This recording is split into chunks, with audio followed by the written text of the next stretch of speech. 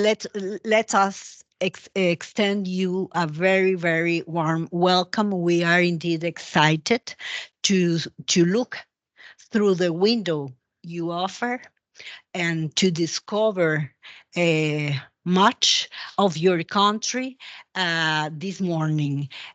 Of course, I would like to emphasize that our ambassador Francisco Chacon is one of the most enthusiastic promoters of your rich culture. So at the end of your intervention, we will ask him to share some impressions. Um, Voy ahora a cambiar al español. La embajadora sabe que lo hacemos así también para mantener la oficialidad de la lengua, para presentarla. Y déjenme decirles que la embajadora Al Otaiba es embajadora en Costa Rica desde diciembre del 2022. Tiene más de 20 años de experiencia en el servicio diplomático en Emiratos Árabes Unidos, en el Ministerio de Relaciones Exteriores y de Cooperación Internacional de Emiratos Árabes Unidos. Ha sido la segunda responsable en la embajada ante el Reino Unido y también ha sido directora para asuntos americanos en el Ministerio de Relaciones Exteriores de su país, tanto como especialmente responsable por el seguimiento de los dossiers concernientes a las Américas. Ha sido directora del departamento o de la dirección relativa a energía y a cambio climático, y ella estuvo asociada al Task Force que llevó la candidatura de Emiratos Árabes Unidos a luchar por ser la sede del IRENA, que como ustedes saben es un organismo internacional, una agencia intergubernamental que se ocupa de las energías renovables y que se creó en 2009 y cuya sede se encuentra en Emiratos Árabes Unidos.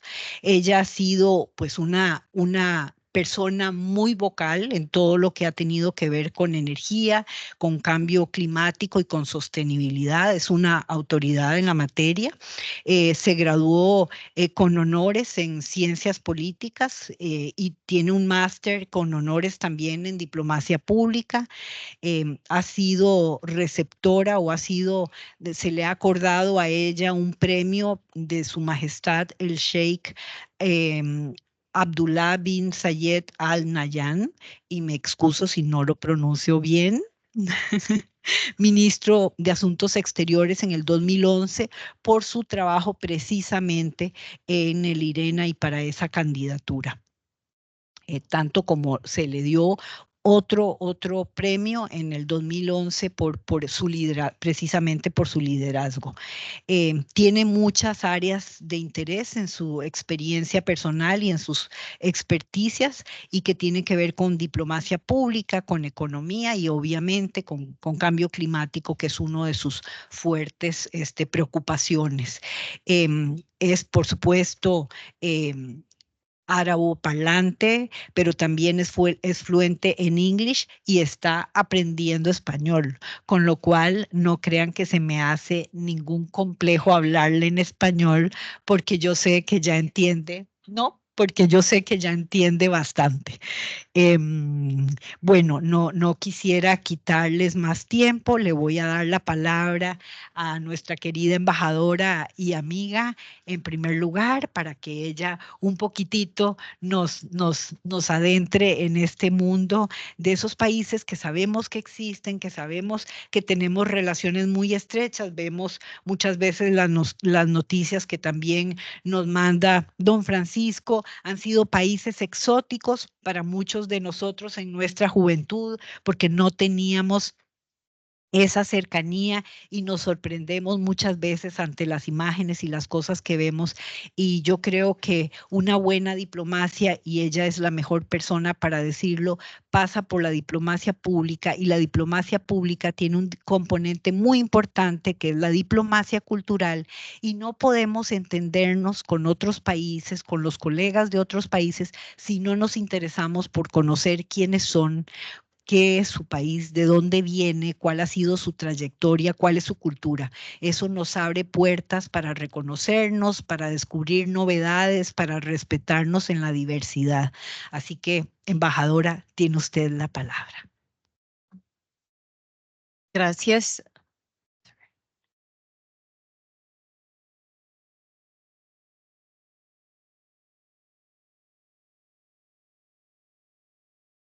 Closer up, Senate. So, buenos dias. Unfortunately, I don't speak Spanish, and I'm really sorry for that. I keep promising people that every time I will improve, but I'm a bit lazy, but we'll try. So, allow me to say first that I'm so delighted to be here with you for many reasons. First, because that honestly remind me where I started as a young diplomat 21 years ago.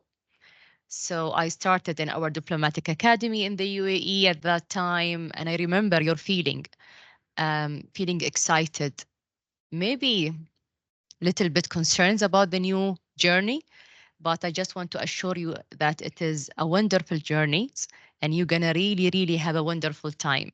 So as we always say, pass your seat and start your amazing journey and fly. Um, I would love, of course, to extend my great gratitude and thanks for Ambassador Carmen for inviting me to come and speak to you and address the audience also online. And of course, a special thanks to Ambassador Shukon, who from the first day was a great support for me personally as an ambassador here in Costa Rica and a great, I think, advocate, I will say, for this relationship, being in the UAE for the last 7 years ambassador. So we'd love, of course, to hear also from him about his great experience and rich experience in the UAE and in diplomacy in general. I know as I will say a student at the diplomatic academy, the last thing that you want another long lecture. So I will promise you will avoid that. Uh, my presentation include, I would say, 3 points. I want to speak a little bit about my country, United Arab Emirates, just to share the light about the country development in a nutshell. And then we'll talk about, in a brief, the relationship between UAE and Costa Rica. Then I will talk about my humble experience and 21 years at the ministry and with my experience abroad. And I will share some lessons learned, but I want it to be more interaction session. So I give you the chance to, again, interrupt me. If you have any questions, if you have any comments during the presentation, feel free to ask, share your hand, raise your hand, sorry, and share your question. And with that, Marcella, can we start with the presentation, please?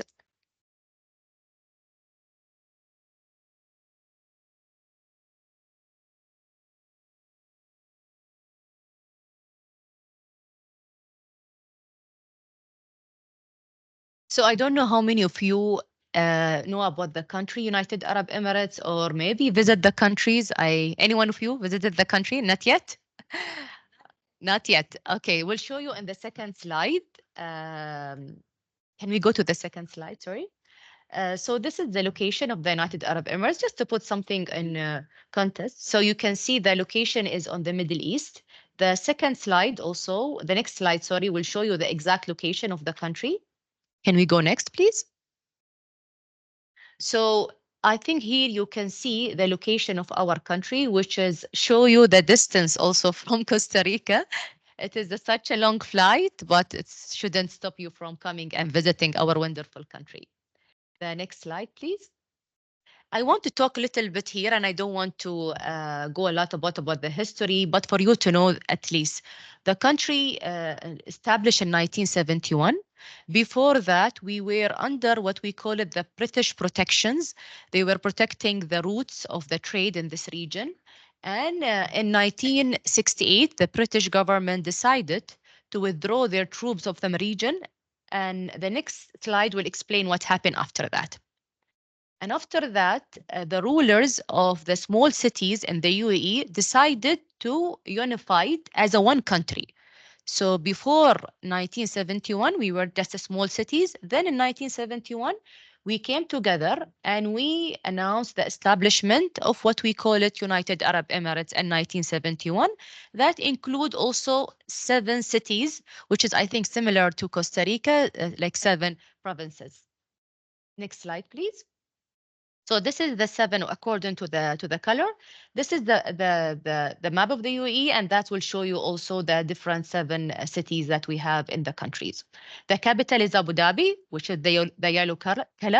The blue is Dubai. Dubai is well known as a very important business hub, and we will talk about the business side in our coming slides. Please next.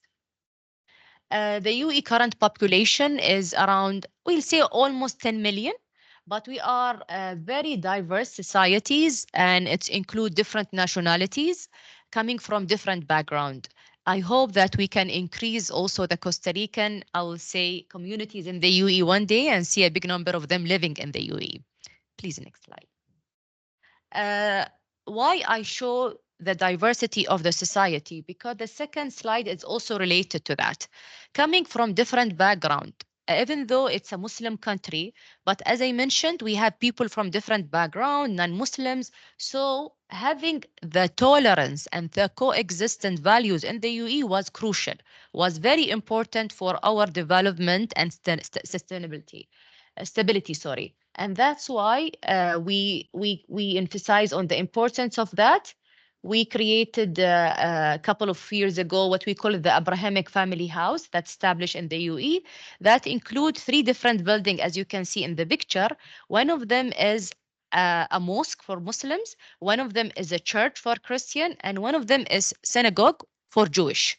And it's all in one location to just present the coherent on the society. Next slide, please. Uh, I like always to present culture when I speak about the countries, and this is just to show you some of our dress.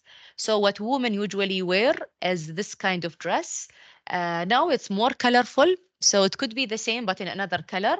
And man always wear the same kind of white dress with what we call it the safra in his head. Next slide.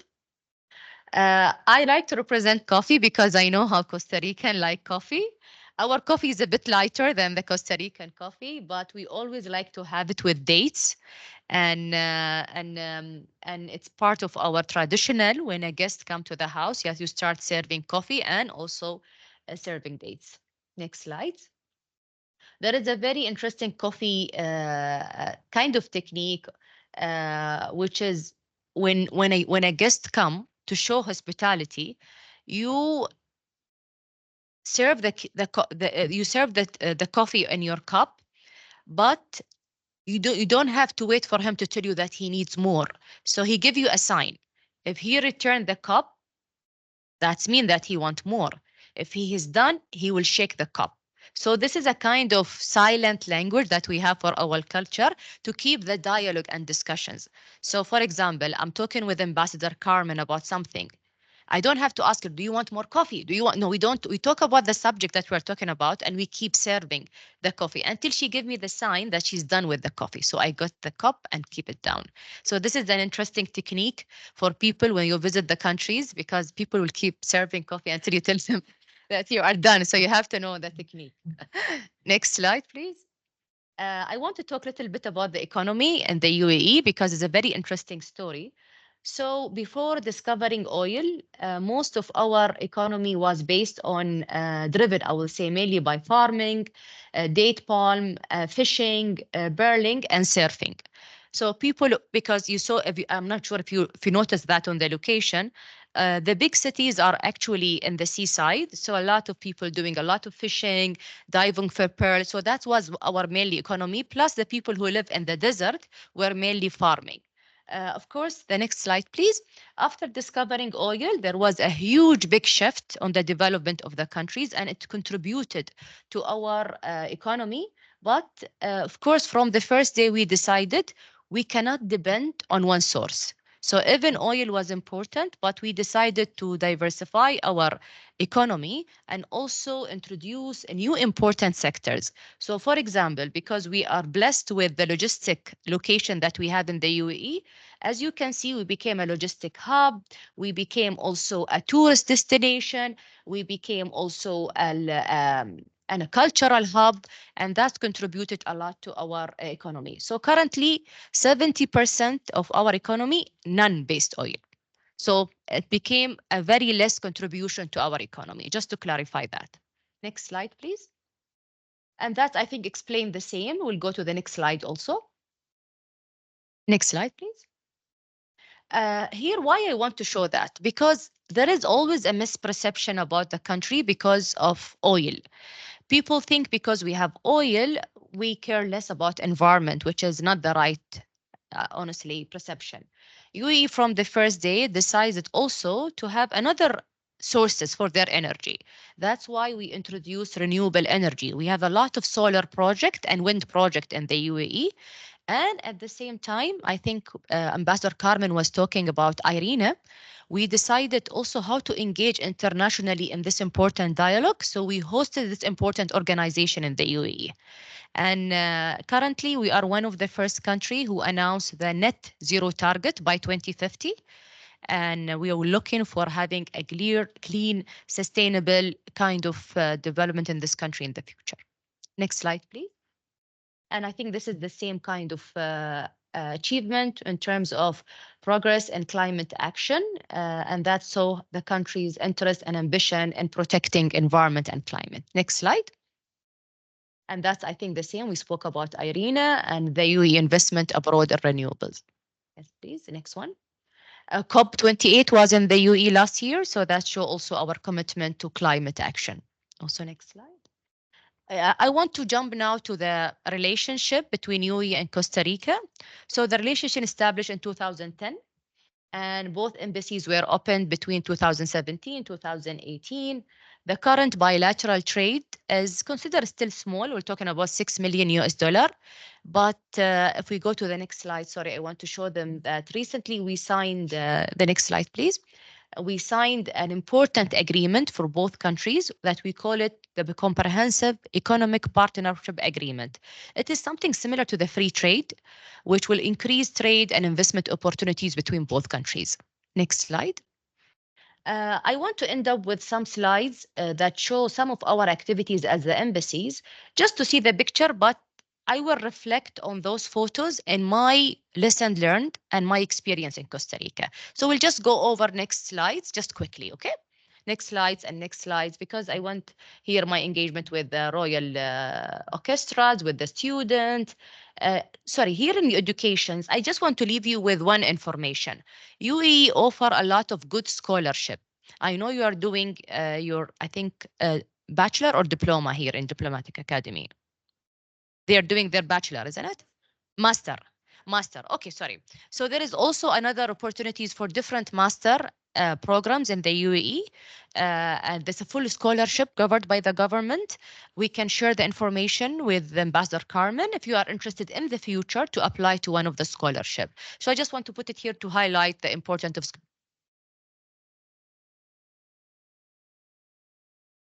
fantastic.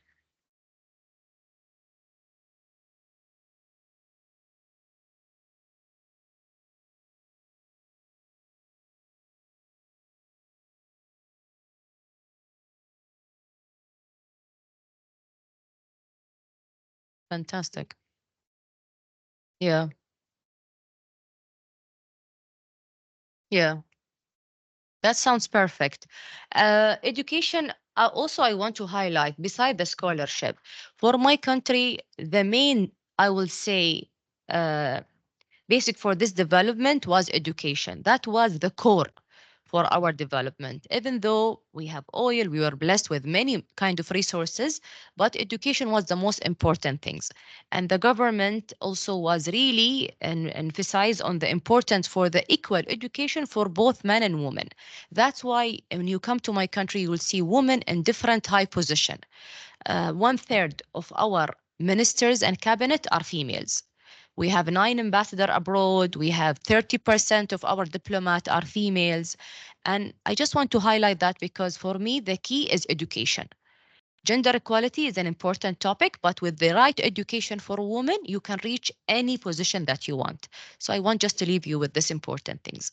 Next slide, please. I think that's mainly about some kind of important initiatives on sustainability, but I will skip that. The next slide, please. Space was also one of the important projects for the UAE to show the importance of science and technology and artificial intelligence. Next slide. I think that's it because, as I mentioned, I really want more interactions with you. I want just to end up with talking about Ambassador Carmen talk about my background experience, so I won't repeat that. But I want to leave you with 5 lessons from my humble experience. Only 5 lessons. Then I want to open it for you for your questions. Okay. The first one, knowledge is a power. Remember that. You, as a diplomat, you cannot limit your knowledge to a certain sector. Why? Because when you go and represent your country, you might go in the morning, for example, for a cultural event, and then you go to a business meeting, then you go for a political, regional kind of meetings, talking about situation in the region. So you need to be fully educated. How to do that? By reading, knowing all the important things happening in your countries. Be equipped with knowledge because, as I mentioned, that's what you need. You cannot avoid talking about any topics. When I started 20 years ago, it was diplomacy was mainly about trade, business, politics, but not anymore. Now an ambassador should talk about AI, imagine. Ambassador can talk about technology, imagine. Development in the countries. You have to be really equipped with knowledge. So I will leave you with this important advice. And part of the knowledge is language, which I cannot say that I have it yet. But when you go and work in another country, try to learn the language. I'm trying, so don't take it. But for example, I will regret leaving Costa Rica without Spanish, believe me. So make sure whenever you travel and work abroad, take the language. This is your opportunity. So as I mentioned, knowledge. Second, when you represent your country, you are not anymore representing yourself. It is not about you. It's about your country.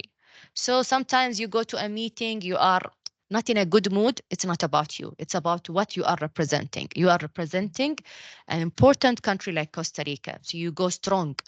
You go and think about how well today I will represent my countries and enjoy it every day and think how to be creative in representing your country because it is such an important job. Third, you need to be a very social person. Why I'm saying that?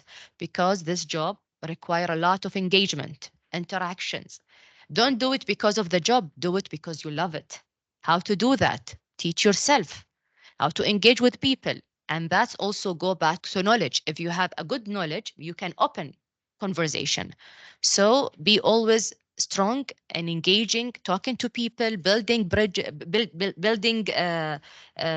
connections, building your network, because that will help in building and strengthening your country's relationship.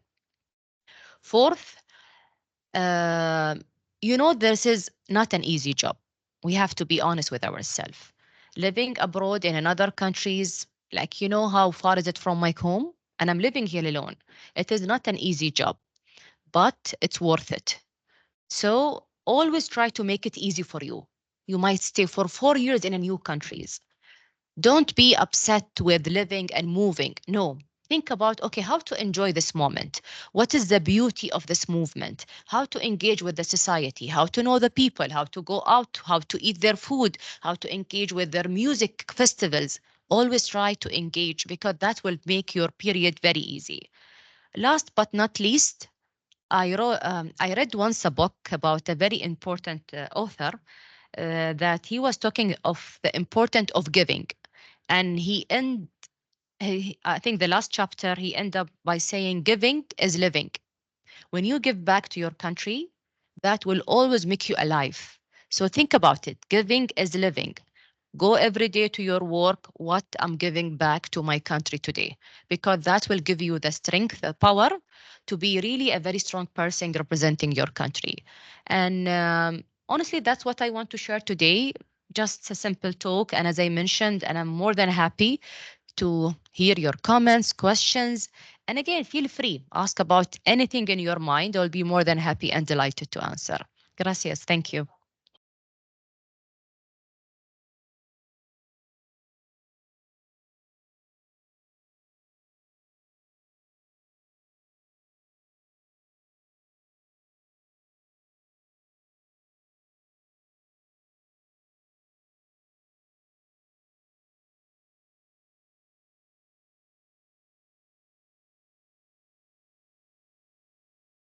Yeah.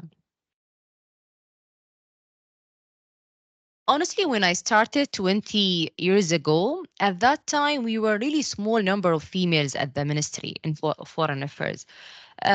So even though we were a small number, but we got the good full support from our men colleagues. So even though it was dominated by men, but we always got a good support from them and guide us. I learned from the best ambassadors that I worked with, and they helped in building my knowledge, my experience. At that time, it was the government pushing so hard for women to work in a different sectors. So I was really welcomed, to be very frank. I was really welcomed. When I go and I worked abroad in London for 6 years before coming here and work in Costa Rica. I always receive questions about women in this region because I agree with you, Ambassador Carmen. There is still the misperception. But it is, as I mentioned, if you are an educated woman, you are ready to work in a different position in your country or abroad. So for me, I found it really good and I learned so much from them and I always got the right support from them. So it was a wonderful journey and great experience, honestly.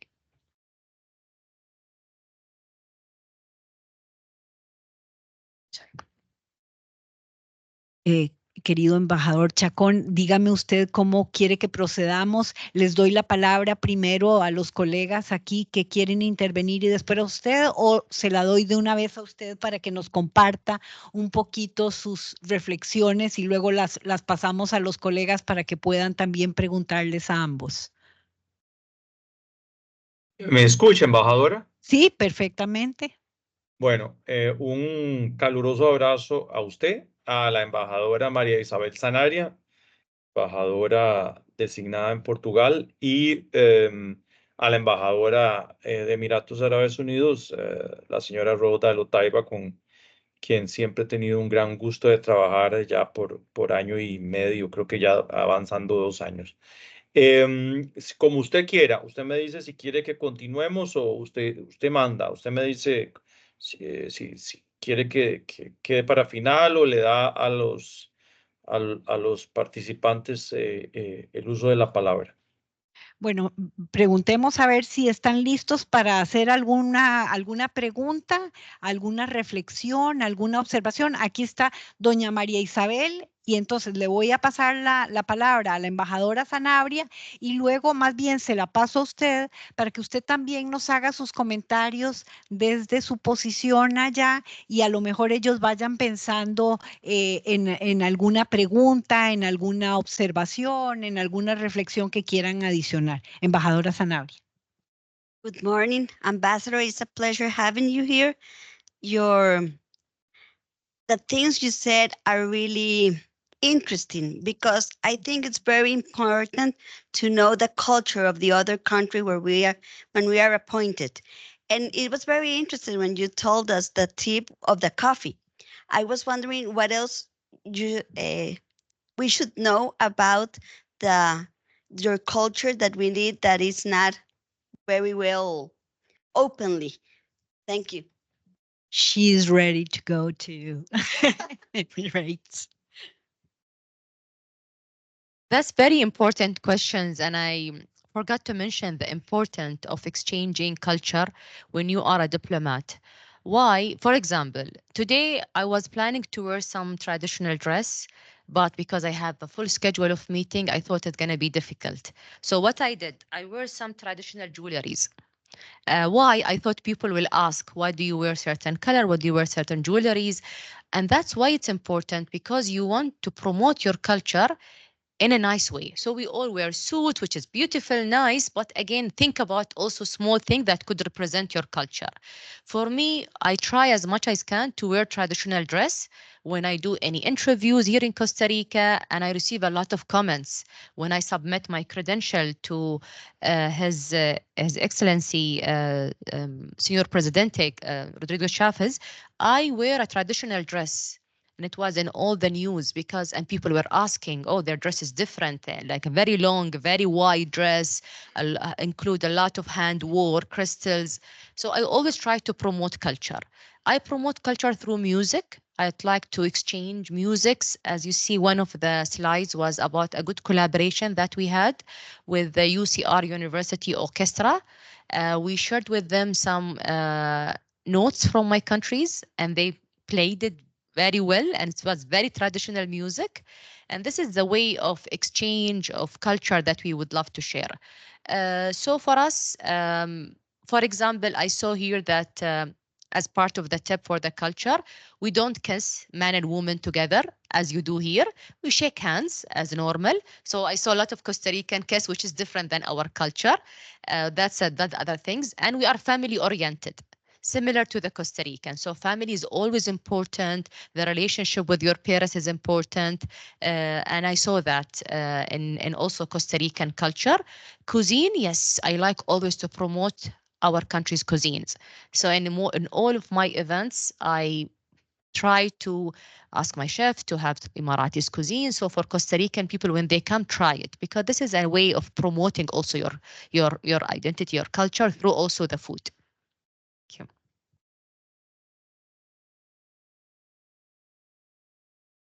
¿Alguna persona? Ah, bueno, estoy viendo al embajador Penrod. Embajador Penrod, por favor, tome usted la palabra. Thank you very much. My greetings to Madam Ambassador and all of the persons who are present right now.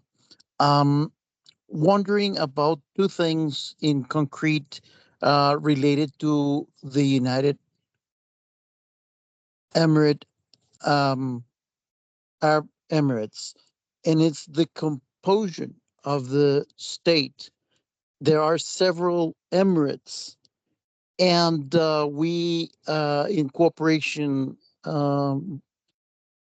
department or division, had the chance to meet some personalities from Sharjah, and always in news is portrayed Abu Dhabi, but we don't know much about the other Emirates, and it'd be nice to know a little bit about that composition, and also the political engagement, a little bit of a historical reference, perhaps, in order to have it to have a little bit more information about the country.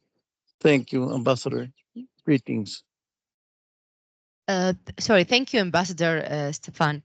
Petro, sorry, yes, it's good to see the name, Ambassador Pedro. So very good question. I forgot to mention something about the federation of the countries. So we are a federal government. What does that mean? We have a federal government, and also we have local government. So it's a federal system, similar to the state, United States of America, for example. So each Emirates has also their own rulers, and they have their own, I will say, local kind of policies. But at the same time, we have a federal unified policies. I think the difference, Ambassador Pedro, if you remember the map, is the size and the location of the different emirates contribute a lot to I will say, the power of each emirates. Abu Dhabi, because of the space, they have the biggest kind of size in terms of size and also resources. Dubai was also the center for business. Other emirates are well known for other things. For example, you mentioned Sharjah. Sharjah is a cultural city. It has a lot of well-known universities, for example. Other northern emirates have also a very, I will say, diverse nature, like a Fujairah that have the mountain, and it is on the Omani sides, on the Gulf side, on the Gulf of Oman side, sorry. And it's well known also for sea activities. The ocean is there, the mountains, and it's also include a lot of very important historical location in the UAE. Ras Al Khaimah is another also important emirates that became another also tourist destinations. Now we are trying in the UAE to promote for a full tourist locations with other emirates. So I know a lot of people prefer to come to the big cities, which is normal, but also we're trying to promote tourism in other emirates. And Al Qaywain, as I mentioned, also have a lot of important tourist destinations. So that's the difference. But Abu Dhabi was known because of the oil resources, and as I mentioned, Dubai was known because being business hub for a long time, even before I will say the unification of this country, and that's what I think make the differences. Political engagement, I think that's related to, but in general, all the different emirates are engaged in the federal system, and that's part of the collaboration between different emirates. Gracias. ¿Alguna intervención aquí desde los que están presentes? No sean tímidos. ¿Alguna otra intervención de los colegas que están conectados virtualmente? Si no es el caso por el momento, entonces voy a pedirle al embajador Chacón que por favor también él nos comparta sus impresiones desde su experiencia en Emiratos Árabes Unidos, cómo ha sido ese trabajo, cómo vive él su día a día, cómo está inmerso en esa cultura que tiene sin duda elementos que nos hacen reconocernos como seres humanos, pero también muchos elementos muy diferentes a nuestra cultura y que sin duda nos enriquecen como seres humanos.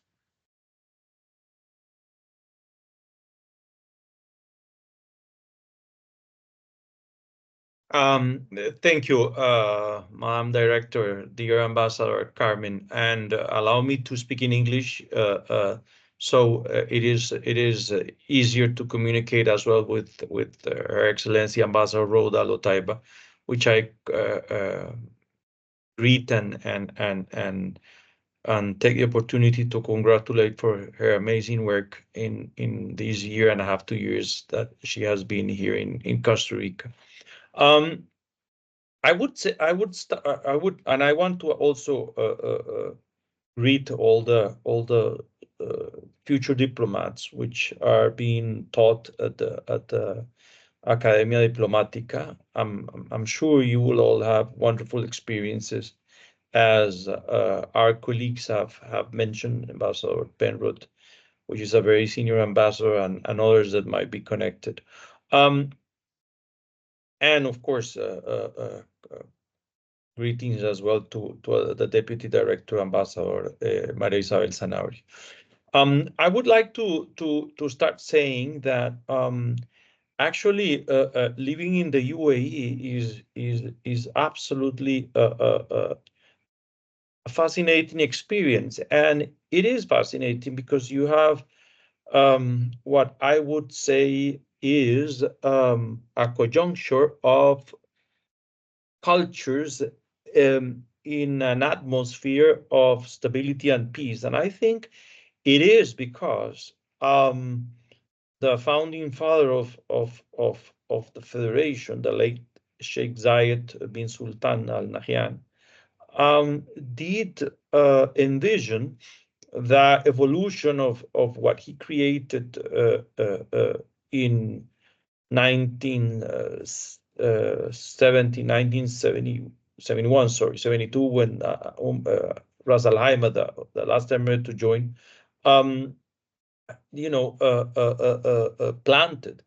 And the leadership, this is his sons, with the other rulers of the 7 emirates, the other 6 emirates, with Abu Dhabi 7, have continued and nurtured. And when I say this, it is because the UAE is a very, let's say, in a way, traditional place. People live in its culture, its religion, the system of tribes, the big enhanced family linkages and partnerships, and as well, it is a country which has 150 plus nationalities living here with absolutely no issues, no problems, and you can see that just by walking on the streets. I mean, you hear all kinds of languages. You hear from the Philippines, you hear from the English, you hear French, you hear etc., etc. So that let's say conjuncture of cultures and people and it is something very positive, very enriching, and makes your life very easy, because it is a home away from home at the end of the day. At least you feel like that, and it is my experience. Second, I would say that the UAE is a very let's say special place, because it is a federation, as the ambassador Al Otaiba said, and it is a federation with a very, let's say, big emirate, Abu Dhabi, but it is a federation where the 7 emirates have, let's say, communalities. This is you see the federal state functioning across the different emirates, but very particularly things of their own. And part of my job has been to crisscross the federation and to make sure that I have relations, friends, and I spread the word of Costa Rica to each and every one of the emirates, because everybody counts and everybody is important, and they all are in a way intermingled, because the ruling families are have intermarriages, and it is an important aspect. So I would add as well that part of the legacy of the founding father has been also a great, let's say, understanding of the potential of goodness. He was able to create and pass to the leadership of his children and the rulers of Abu Dhabi and the president of current president of the UAE, of the importance of sharing the wealth of the UAE. And they do this in the aspect of international cooperation. The UAE is one of the most generous countries in terms of international cooperation, and it helps where it is needed. And I can, for example, give you a testimony of what they did to us when Hurricane Otto affected the northern part of the country. And I remember we were, was the beginning of the relation. We didn't know His Highness President Sheikh Mohammed bin Zayed very well. He was crown prince at that time. And we went to him, and he heard, and he was he was quite fast to, the audience with the then president was in the morning, and in the evening he had arranged the situation in a way that the people of the northern part of Costa Rica could have the resources to remake, because they were destroyed, the aqueducts to give fresh water all around the northern part of the country, and having, you know, with no fresh water, the households and livelihoods could not have been rehabilitated, and we will have had a greater problem with these populations in the northern part of the country, where the hurricane mostly affect. But anyway, I can also talk about the UAE's cooperation in the pandemic, you know, and the flights. We put, I like always to say that those flights were the flights of hope, because every time one of those Etihad planes landed in San Jose, they brought a lot of equipment and things, and we needed that in that time of pandemic. So the UAE relation with Costa Rica, to jump to to that, has been of partnership. I mean, we are allies in environmental sustainability. I think that's the main pillar of the relation. We feel, think, and act very similar, and people will maybe be surprised, because you say, well, it's an oil country. Yes, but it's an oil country with a conscience, and it's an oil country with an environmental sustainable conscience, and they practice and they do it by example. And I am proud to say that we have cooperated very well in that, and the UAE did an amazing work in COP28, and still contributes and keeps engaging. You know, IRENA is one example, but they bilaterally do it with us and other countries, and when we ally ourselves with them in multilateral forums and so on. And of course, economic and economic diplomacy is another key element of our relation. And I would say as well that we shared in the importance of the empowerment of women in all sources of society, and that Rawdha is there as ambassador, and that she accompanied His Highness Sheikh Abdullah bin Zayed, the Minister of Foreign Affairs, when he came in 2016, and I can still recall that visit because I was Deputy Director of Foreign Policy then. It is a testimony of how the leadership have empowered and opened spaces to many talented women, and that has also that is rooted in someone which is very famous in the UAE and very significant figure, which is quite respected, and this is Her Highness Sheikh Fatima bin Mubarak, the mother of the nation, the widow of the late Sheikh Zayed. And she has also done an important contribution in assuring this empowerment of women. And so when you speak about the UAE, it is a very welcoming country, and we have a very positive outcome. You know, there's more than 25 agreements, MOUs of all sorts, contacts of universities of all sorts. We, put the cherry of the pie with the CEPA, with a comprehensive economic partnership agreement.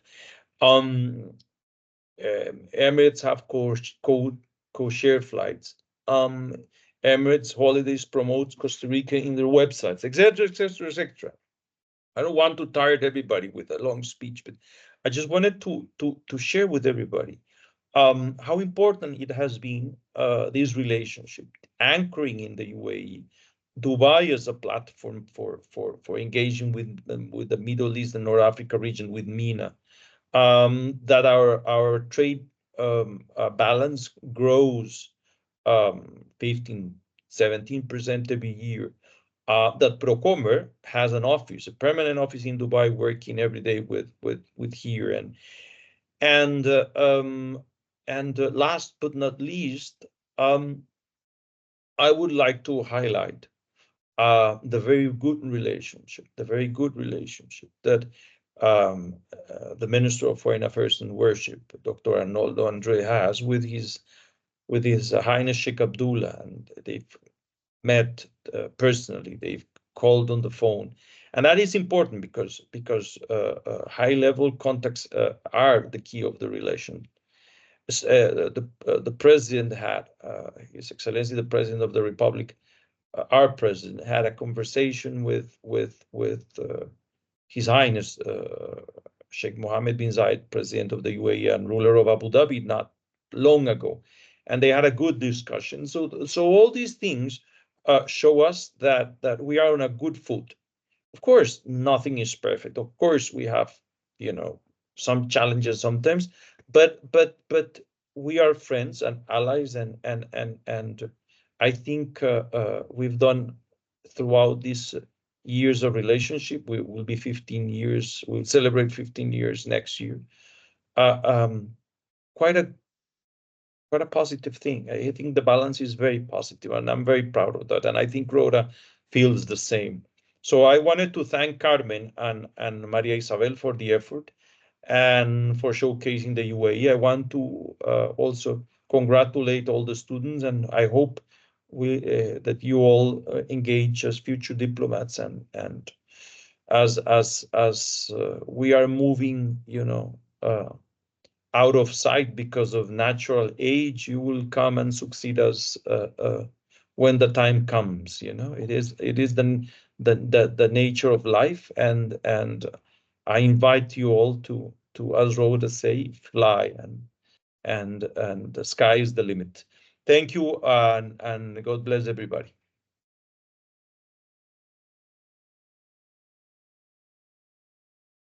Gracias, embajador Chacón. No sé si alguno quisiera intervenir. Sí, por favor. Well, good morning. Thank you, Ambassador. Thank you for this fascinating and inspiring presentation that you have given to us today. I would like to highlight a little bit on your experience on the Emirates as a regional hub. And based on that, I would like to, I would really appreciate if you can elaborate on how you have taken advantage of that to engage with your diasporas, with your communities overseas, and also to support, to give consular support during emergencies and COVID and all these kind of things to your communities, considering the big distances that separates you from other regions. I would like to hear on that. Thank you. About the experience of the UAE, of the foreign minister and all that, to give consular support based on the distances and all that. Thank you.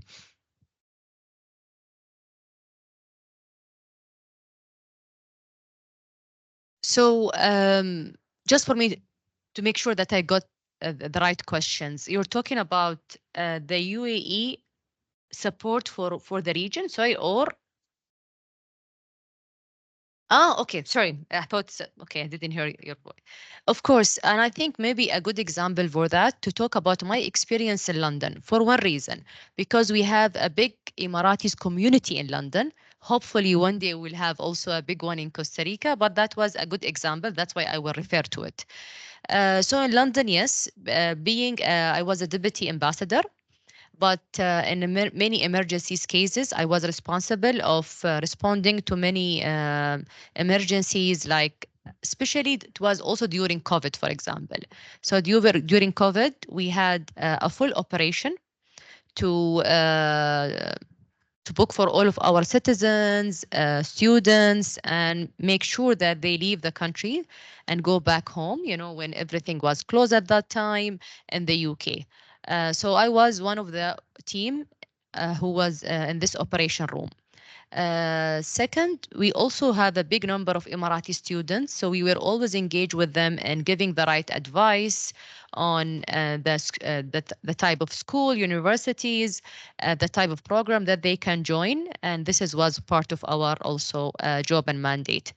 As you know, also the United Kingdom is a medical hub So we had a lot of Emiratis patient, and sometimes we will have some inquiries, questions about hospitals, best doctors to certain kind of illness or diseases, and we will give some advice according to our medical expertise. I wasn't a medical expert, but we'll always consult and give them the right, of course, advice. Of course, it was many kind of emergencies at that time, patient emergencies, COVID, as I mentioned, and also sometimes you might have um, a challenge with some citizens who might go in a fight or being, stalling by, and they will report back to the embassy. So you have to be always alert to that and know how to deal with. I will just give you one advice. Sometimes you might, if you are in the consular service in the future, you might receive a lot of requests and calls. You need to be patient. You need the first things when you answer a call, be patient with this and the other side, because you never know how he's stressed now with his challenge, with his. So be kind and always try to be patient and always give a positive answer. So sometimes you might not now have the answer, but be positive. Okay, yes, I understand your challenge. I understand your concerns. I'm here to support you. Let me get back to you. Always try to show the support, even if you don't have it at the same time, because that's, I think, what I'm sure your citizens would love to hear from you. And I think that's helped a lot with my engagement with the citizens from previous experience. Gracias. Ambassador, there is a question um, coming from Fanny. I suppose she's a student. Thank you. She's telling you, thank you so much for sharing your experience and lessons related to the scholarships you mentioned before. In which areas are those programs focused on, please? Actually, we have many different scholarship with different universities. For example, one of them is NYU universities, and that's include international studies, and include business, include engineering, and we have also another university for AI. So they have also a full scholarship in artificial intelligence. So it's include, I will say, different focus, and I'll be more than happy to. I think Ambassador Shokon kindly already shared this kind of scholarship with the academy, but maybe Ambassador Carmen can share the list. But it's include all the different focused. Para Fanny, el embajador Chacón nos ha enviado muchas veces convocatorias que vienen de universidades en Emiratos Árabes Unidos, propias de ese lugar, pero también de universidades extranjeras establecidas en Emiratos Árabes Unidos, y las áreas son bastante variadas. Habría que ver en cada caso la información que nos llega, que se sube a la página web de la oficina de becas, donde normalmente se publicitan, para ver en cada caso de qué tipo de oferta estamos hablando. No sé si el embajador Chacón en este momento tiene en mente, porque quien está trabajando eso es don Jorge Umaña, si tiene en mente en este momento una reciente información que haya trasladado a la oficina de becas. Thank you. Excuse me if I continue in English, but I want Sí, sí. You can do it. Okay, thank Go, you. go.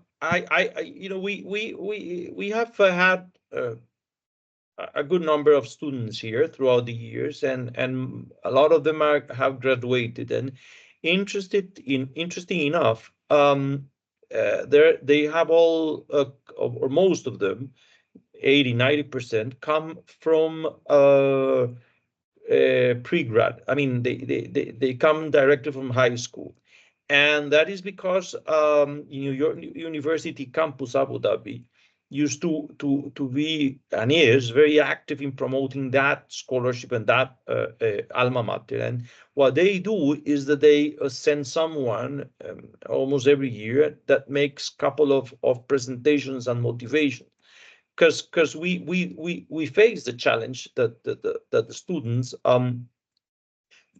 tend to forget one requisite, or tend to send proposals with not all the information, so they are rejected at porta sometimes. But I would advise that the people that are interested in scholarships, especially those of the New York University campus Abu Dhabi, reach for the Office of Scholarship of the Foreign Ministry, or to the UAE Embassy in San Jose, or to us, and we will, help, because they are very wonderful scholarships. And we over the years, I sometimes keep track of students that have graduated, and I have one that is in the city of London, in finance.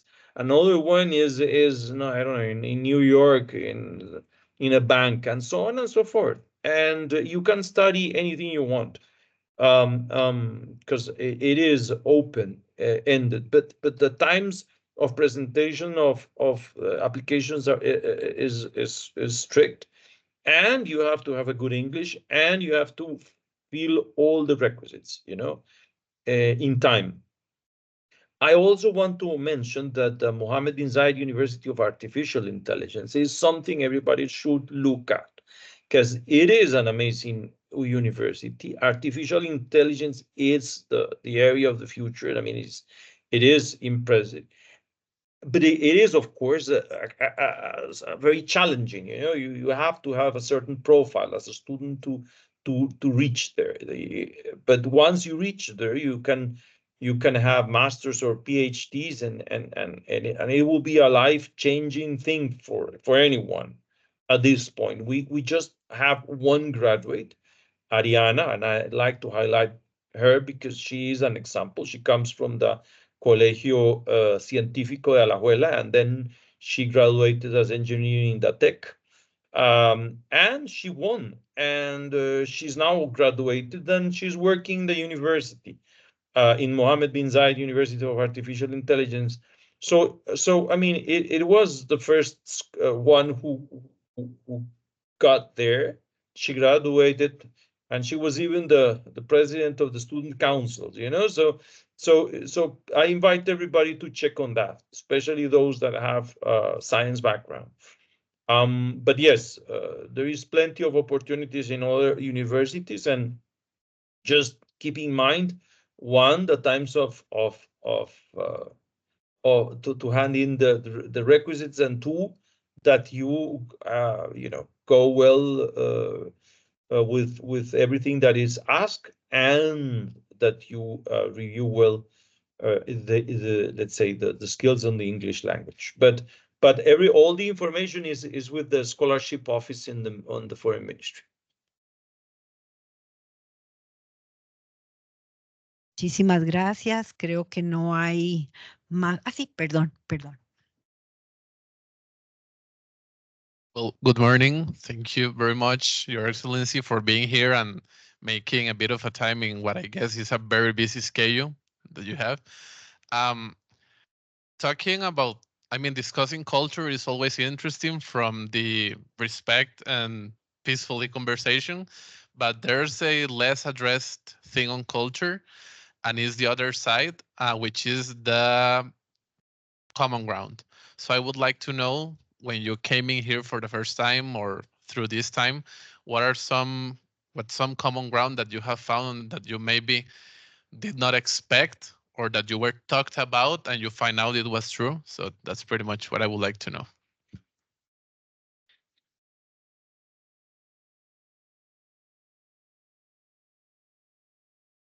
Interesting. Thank you for the question. So I'll be very frank, like my experience in Latin America is really humble. So I traveled to this region for work, but never lived here. So I had, I will say, zero knowledge about people. And when I came, I thought, okay, it's easy to deal with them, how social they are, how friendly they are. And I still remember the second day, I went to Multiplaza, Escazú. I went wearing the scarf, so it was the same look, and everyone, I swear, were smiling. I don't know. I look funny. I don't know why. People were like smiling, smiling, and some of them start saying "Hola, hola," and I was like, "Wow, those so friendly people." And I have a Costa Rican friend that I met her in the UAE, so I text her. I said, "People are so friendly. I went to the mall and everyone is laughing. Is it normal?" And they told me something funny. They said, "No, you look different." And we welcome different people because it's mean that we're attracting a lot of different culture to come to our home. And I think that was the reason. And until now, whenever I go, I see the same smile. I see the same, I will say the warmth of the Costa Rican people, because the warmth of the Costa Rican people, because you always, from the first day, I felt that. And at the same time, I wasn't sure about the similarity between us. So I thought, okay, we live in a different distance. Maybe there is a lot of big difference between us, but I found a lot of similarities. As I mentioned, families. How do you live with your families? It is exactly how we live with our families. My colleagues at the embassy, most of the time, oh, I have my father's birthday. I have this family engagement, which is interesting, amazing, you know. And this is, I wasn't aware of how you are strong with your family. And also, you like your culture and you like to represent your culture. So I was trying to see, oh, there is a lot of common ground because we also like our culture. They like their culture. And when I came also, I wasn't sure about the real opportunity in this country, but I was really impressed. There is a lot of good opportunities, starting with the talented people. You have a lot of good Costa Rican talented people, knowledge, experience, and business opportunities.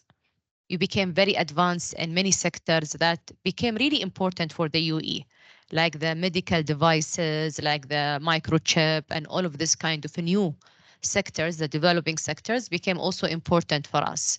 So, yes, I came with honestly zero knowledge. And I think I will leave this country one day with a lot of good friends. That's what the common thing that we'll have. Gracias.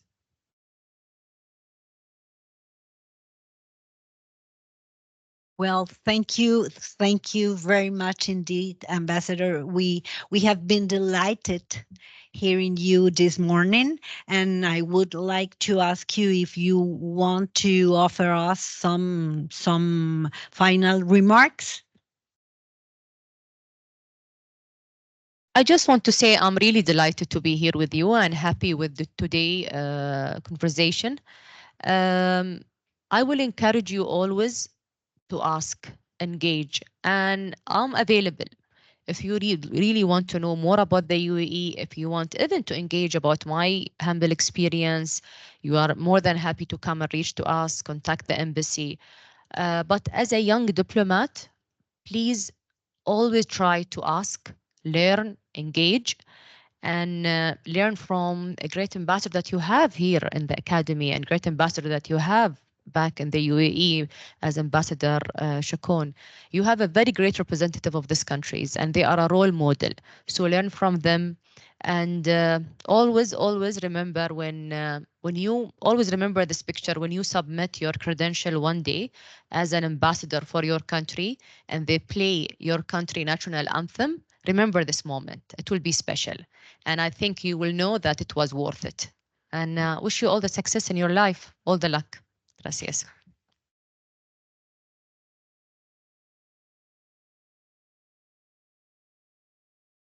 Quisiera terminar agradeciendo a todos los colegas que se conectaron afuera, especialmente a los que están más lejos, a nuestros embajadores que se conectaron desde Costa Rica, pero al nuestro embajador en Alemania, en Brasil y por supuesto a nuestro embajador Chacón, porque sabemos las diferencias horarias tan importantes y nos acompañaron esta mañana. Muchísimas gracias a todos los que están conectados desde afuera y a todos ustedes desde aquí.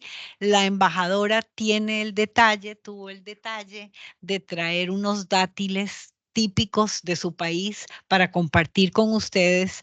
I'm so sorry for those who are abroad.